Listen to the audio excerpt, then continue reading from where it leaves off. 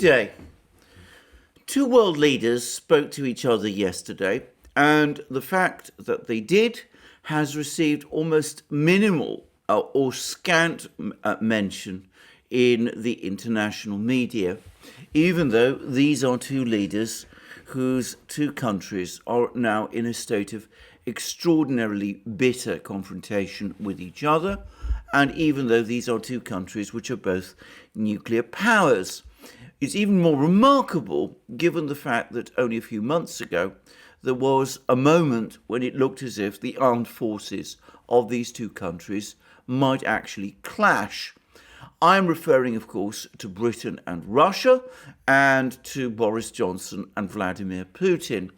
And in fact, we had a telephone conversation between Johnson and Putin, and it's been quite remarkable to see how the British media has almost completely ignored it. The Russian media has covered it, though perhaps not giving it a huge amount of attention. But we do have a readout that the Kremlin itself has provided, and I will work from that. The readout reads as follows. Telephone conversation with British Prime Minister Boris Johnson. Vladimir Putin had a telephone conversation with Prime Minister of the United Kingdom, Boris Johnson. Climate issues were discussed in depth in light of Britain's preparations for the upcoming World Leaders Summit to be held in Glasgow on November 1st to 2nd, which will open the 26th UN Climate Change Conference of the parties, COP26. The Russian side noted its commitment to international obligations and its intention to consistently reduce the national economy's carbon footprint. Boris Johnson welcomed Russia's plans to achieve carbon neutrality by 2060. Vladimir Putin noted that the Russian delegation in Glasgow will contribute to the successful work of this important international forum. The Russian president and the British Prime Minister exchanged assessments of bilateral relations. They expressed the shared opinion that despite obvious problems, it is necessary to establish cooperation between Moscow and London in a number of areas. The leaders reviewed several pressing items on the international agenda as well. When discussing the situation in Afghanistan, Vladimir Putin informed his counterpart about the outcomes of the expanded Troika consultations and the Moscow format meeting that were held last week in the Russian capital.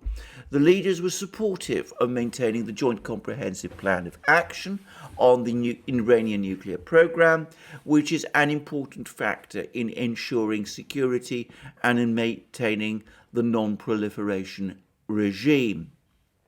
Vladimir Putin outlined in detail Russia's approach to resolving the internal Ukrainian conflict, provided the unconditional implementation of the Minsk agreements.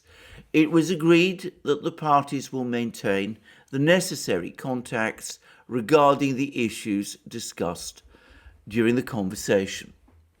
So what was all this about? Why did the British and the Russians, Boris Johnson and Vladimir Putin, speak to each other? Now, this Russian readout uses extremely measured language. There's no suggestion here of any heat or of any angry exchanges and of mutual denunciations. Though note that there is no reference in the Russian readout to the Skripal affair, and we can be absolutely sure that as a token issue, at least, Boris Johnson will have brought it up as the British bring it up in every discussion that they have with the Russians on every issue. The British are also certain to have brought up the question of the treatment of Alexei Navalny, the Russian dissident blogger, who is now in prison in Russia for contempt and fraud charges, and also the various other issues that have made relations between Britain and Russia and between Russia and the West so extraordinarily fraught. But there is no indication of any of this in the Russian readout, and that suggests, in fact, all but confirms that there was no agreement about anything. And notice also that on the specific issue of the of Ukraine, Vladimir Putin outlined Russia's approach to resolving the internal Ukrainian conflict. In other words, he utterly rejected any suggestion that Russia is a party in the Ukrainian conflict, much less an aggressor in that conflict, and that this requires the unconditional implementation of the Minsk agreements. In other words, direct negotiations between the Ukrainian government and the leaders of the two People's Republics of the Donbass, the Donetsk and Lugansk People's Republics, to agree the terms of autonomy for those regions, to negotiate the terms of a new constitution, and to hold new elections. Something that the British, by the way, are adamantly opposed to, even though for convention and for various reasons, they have to pretend that they too support the Minsk Agreement, which is, of course, enshrined in a UN Security Council resolution and which is therefore a part of international law. Anyway, why did this conversation actually happen? Well, the answer, the explanation is in the first paragraph. We're not told in this readout who telephoned whom, but it's quite clear that it was Boris Johnson who telephoned Putin, and that the reason he telephoned Putin is because Britain is hosting this World Leaders Summit in Glasgow on November 1st and 2nd, which will open the 26th UN Climate Change Conference of the Parties, COP26.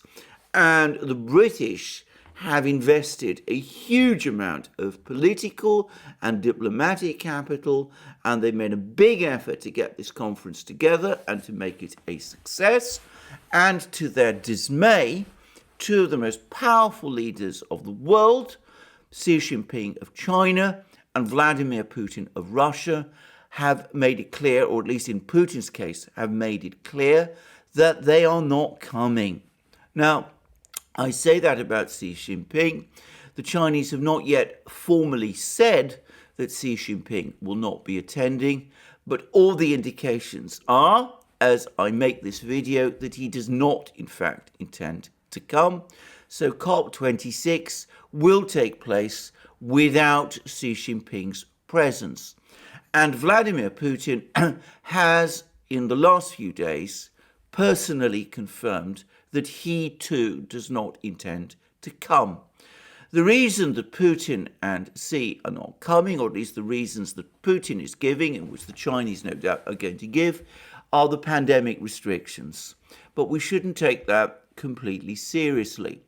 There's been some commentary in the British media about how the Chinese take pandemic restrictions extremely seriously, and there's been claims that Xi Jinping has not left China since the pandemic ended. Well, to my knowledge, that is not actually the case. As I recall, Xi Jinping actually attended the Shanghai Cooperation Organization summit meeting in the capital of Tajikistan, Dushanbe, which took place just a few weeks ago. And of course, other Chinese officials like Chinese Foreign Minister Wang Yi and Xi Jinping's national security advisor, Yang Jiechi, have indeed been busy on their travels. Yang Jiechi actually had a meeting with President Biden's national security advisor, Jake Sullivan, in Geneva just a few weeks ago. So the Chinese do travel when they are motivated to. And to the best of my knowledge, Xi Jinping actually did travel to Dushanbe just a short time ago, though the British might be excused for not knowing about the fact because their media entirely failed to cover it. Anyway, why then are Putin and Xi not actually coming if it's not really about pandemic restrictions? In fact, on the subject of pandemic restrictions, we know that Putin, for example, visited and met with Biden in Geneva again in June, just a few months ago, and he too undoubtedly would be able to travel to Glasgow if he was sufficiently motivated to do so. Why are Putin and Xi not attending COP26? Well, first of all, we should put aside any idea that it is because they disagree about the importance of climate issues. Putin made lots of comments about climate change and about the climate issue in a long speech which he recently gave at the Valdai conference in Russia. We've discussed this Valdai speech that Putin gave in the Duran, in a program that we recently did in the Duran, Alex Christoforou and I, and I've done more discussions of it in our Locals channel, which you can look up and read there. This is an important speech which Putin gave, and it was made just a few days ago, and Putin went out of his way there to talk about the importance of the climate issue. And Russia's current Prime Minister, Mishustin, has an ambitious program to make Russia's economy carbon neutral by 2060, a fact which, of course, Putin reminded Johnson in that telephone call that they've just had, which the Russian readout confirms. And as for Xi Jinping, he has often also talked about climate, and he's made it very clear that he takes the climate issue exceptionally seriously, and China also has an ambitious plan to eventually move towards carbon neutrality. China is, in fact, one of the world's leaders in battery technology and in solar and wind power technology, and it's investing heavily in this field. So given that the Chinese and the Russians take this topic extremely seriously and are fully on board with it, why are their leaders staying away? Why are they sending delegations at this much lower level, something which the British, by the way, are becoming increasingly angry about and increasingly bitter about? Well, the short and straightforward answer is political. Firstly, both the Chinese and the Russians have noticed that the Biden administration is trying to discuss the climate issue with China and Russia as part of its strategy of working with these countries on topics that are of interest and importance to itself, whilst taking confrontational approaches to China and Russia on issues that the United States wants to confront them over. And the Chinese and the Russians are extremely averse, to put it mildly, antagonistic to this a la carte type of foreign policy from the Americans, and they don't want to be seen to be going along with it in any way. So even though they fully accept that the climate issue is indeed an extremely important one, they do not want to appear in a summit alongside the Americans and the British in a way that appears to suggest that they are fully signed up to this American policy of cooperating with them on issues that interest the United States, but refusing to cooperate with them on issues which don't concern the United States or where the United States wishes to confront them. So that's one major issue, one major reason. But there is a further reason, and it's an important one, and that is British foreign policy. If the Russians and the Chinese felt positive goodwill at this time towards the British, if they felt that the British were wanting to work and be friendly to their countries, if there was a good mood or good relationship between Britain and Russia and China, and if the Russian and Chinese leaderships had liking and respect for the British leadership, for Boris Johnson specifically, then it's quite possible that they might be minded to attend. But that's not how they feel at all. This call by Boris Johnson to Putin was clearly an attempt by Johnson to try to save COP26, which, to be straightforward about it, is going to look like a dismal summit if the Chinese and the Russians are not there. So he tried to call Putin, clearly with the intention of persuading Putin to come. The calculation, the British calculation, probably it was that if Putin did indeed say that he would come, then Xi Jinping would come also, rather than appear isolated. In fact, as we've seen from this readout, it's quite clear that Putin was immovable on this, that he rejected Boris Johnson's urgings to come to Glasgow to attend COP26. Note the words in the Russian readout. Vladimir Putin noted that the Russian delegation in Glasgow will contribute to the successful work of this important international forum. This is a polite way of saying, well, he won't be attending. A Russian delegation, of course, will attend, and we, of course, take this meeting entirely seriously. But, of course, I myself, Vladimir Putin, for all sorts of reasons, will not be able to come. So Johnson telephoned Putin to try to persuade Putin to change his mind, to rescue COP26, and Putin refused, and that makes it far less likely, indeed it makes it all but inconceivable now, that Xi Jinping will not come.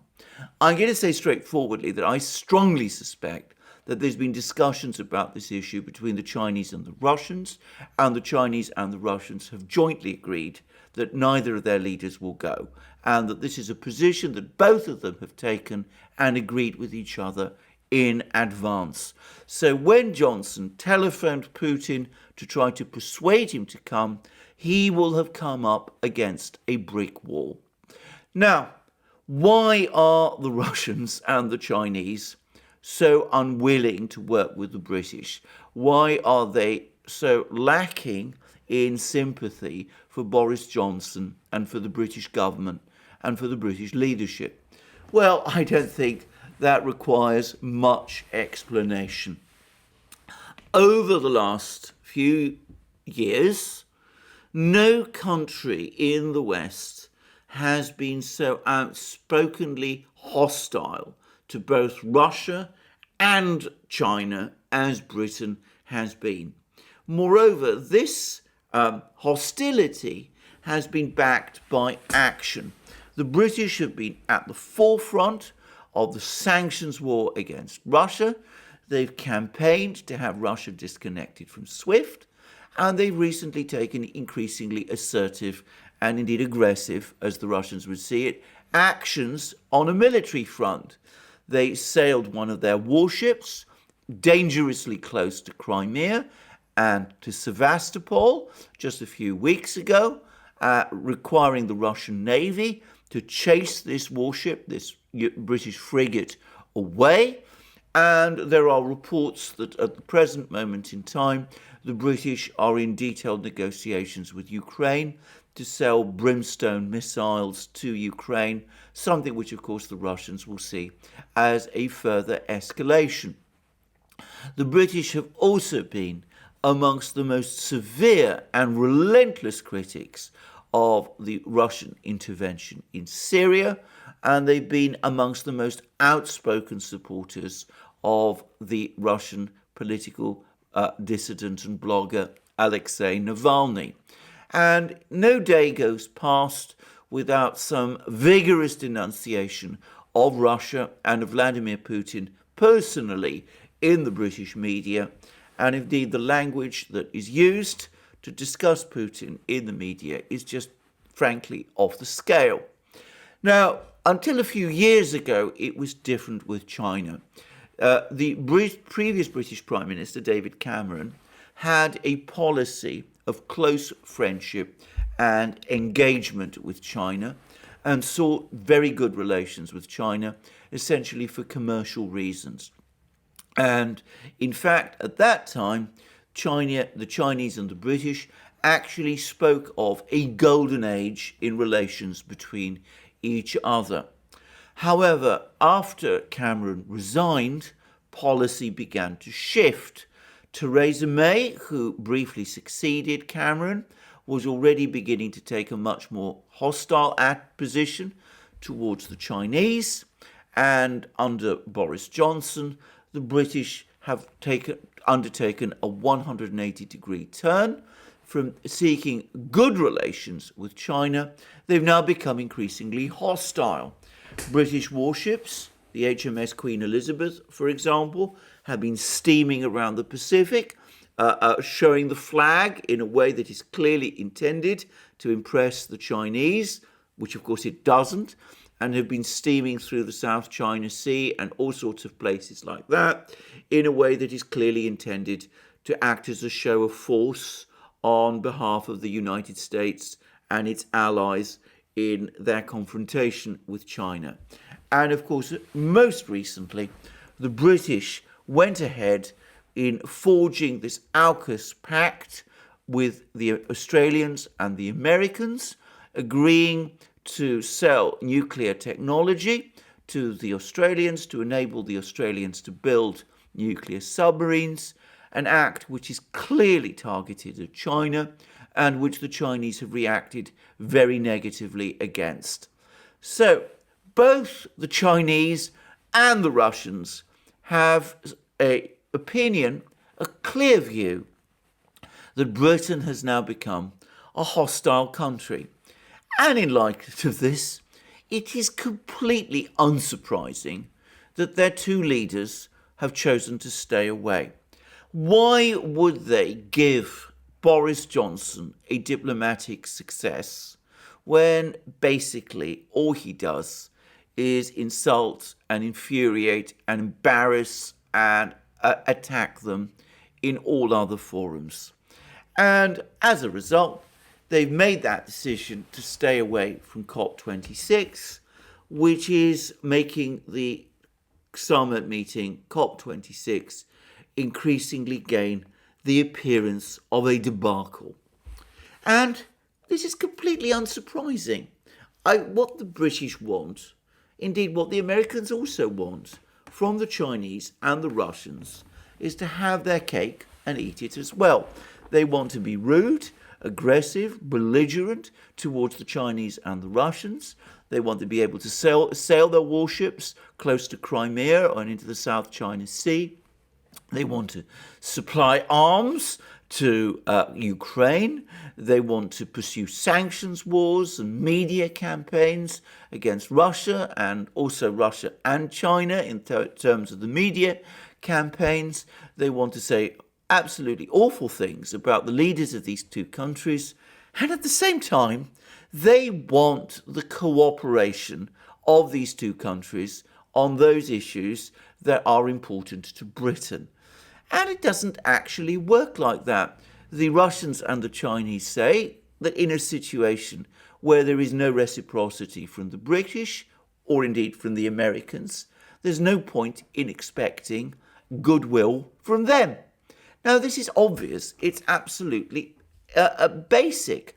And in fact, there's been an article by that most insightful of British journalists, Patrick Cockburn, who makes precisely this point. The article appeared originally in The Independent, which is a British newspaper, but where it is behind a paywall.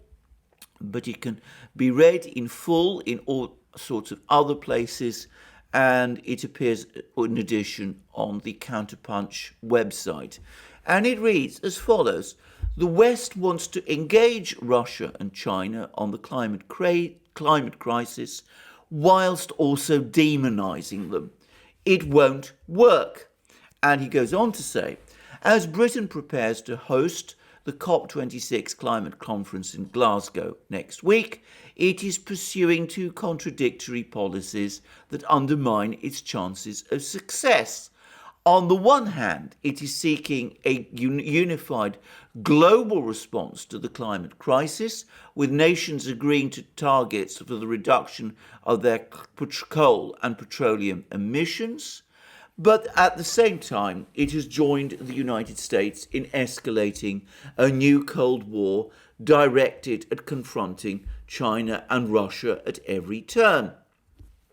The two policies have polar opposite objectives in trying to persuade China, responsible for 27% of global carbon emissions, to cut back on building nuclear coal-fueled power stations, but at the same time demonizing China as a pariah state with whom political, commercial and intellectual contacts should be as limited as possible. In practice, this means deciding which threat is the greatest. Is it the reported thawing of the permafrost that covers 65% of Russia that could release toxic quantities of methane gas?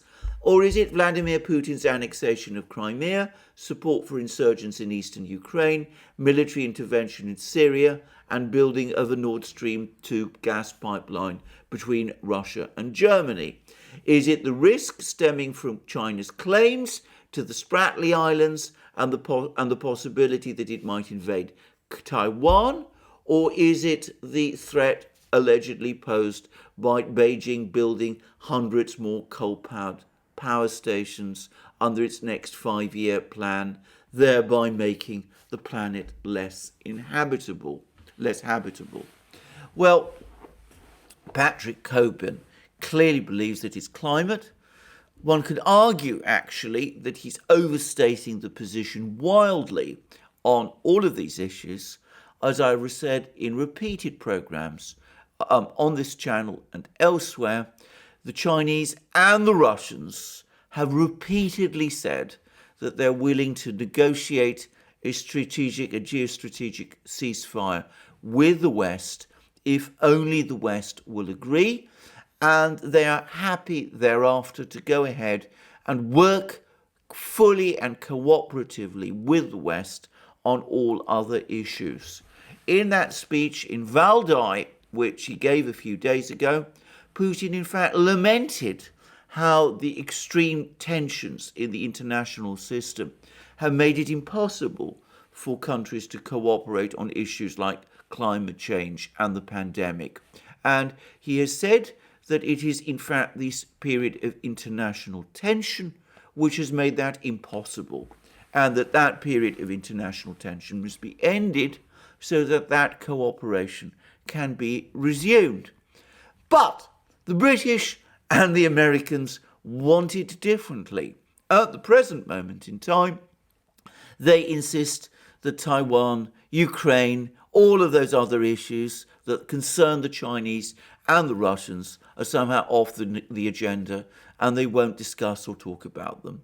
So given that, we have total deadlock, and the British going into a sulk because Xi Jinping and Vladimir Putin are not coming to Glasgow in a few days should not be surprised. But surprised they are, and very angry and very disappointed they also are.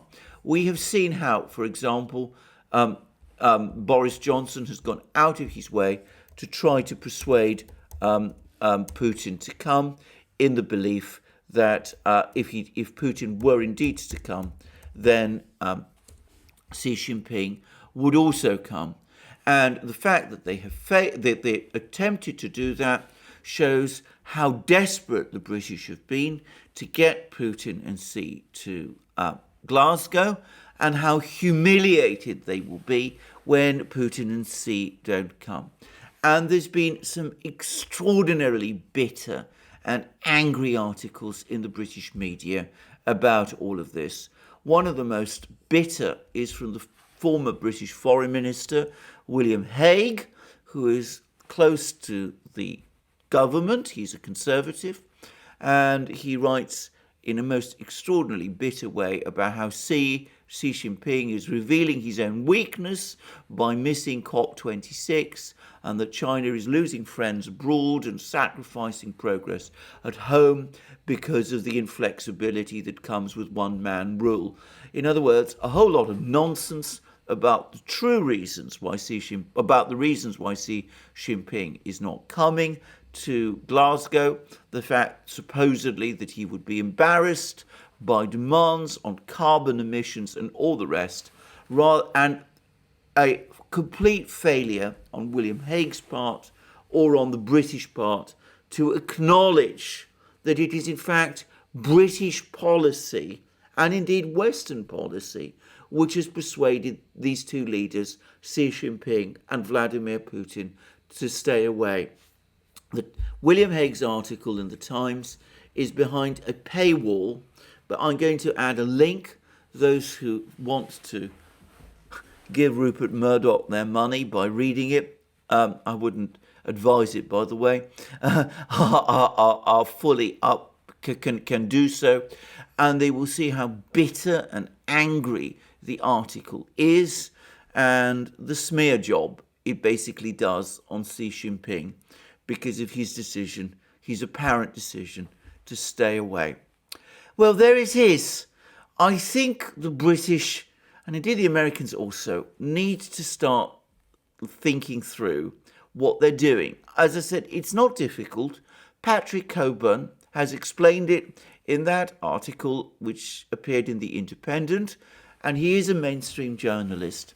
You can't insult, offend, antagonize, pursue cold wars against people and at the same time expect those same people to come along and to agree with what you want. You can't have your cake and eat it at one and the same time. International diplomacy simply doesn't work that way. Yes, there are problems in relations between the West and the Eurasian powers, China and Russia. Yes, those problems can also be addressed in a way that does not impinge on Western core interests. But that does mean listening to what these two powerful countries have to say about the issues which concern them and at the same time taking steps to address their concerns. If the Western powers, if Britain, are not prepared to do that, then the reality is that cooperation from these two powerful countries on those issues which concern the West will be less and less than it might otherwise be, and over and above and beyond that, international tensions will simply continue and will get worse. And obviously, there will be no visits from Vladimir Putin and Xi Jinping to Britain. Well, thank you for joining me for this program. I look forward to you joining me again for future programs, both on this channel and the Duran, where I do programs with my colleague and friend Alex Christoforou. Please also remember to check out Alex's channel. You'll find links under this video. Please also remember to go to our locals platform, our new locals platform. You'll find links under this video also. We're now publishing an increasing amount of exclusive content there. We have a vital community there, which is publishing all sorts of material on its own. And we also are increasingly doing other things. I did a live stream there last week. I'm planning to do another live stream this week. If you go to locals, you might be able to catch me there and might actually be able to have direct intercommunication with me if that is what you want. And of course, we're also present on other platforms too: BitChute, Library, Rumble, ODYSEE, and all the rest. And please, if you want to support us, remember you can do so via Patreon and Subscribestar, and by going to our shop, buying the amazing things that you will find there: our wonderful magic mugs, our Duran hats, our long sleeve t-shirts, our hoodies, our sweatshirts, and all the rest. And I look forward to you joining me again soon. Please remember to check to check your subscription to this channel and press the like button to this video if you've liked this video. And thank you for joining me again today, and have a wonderful day until we speak again soon.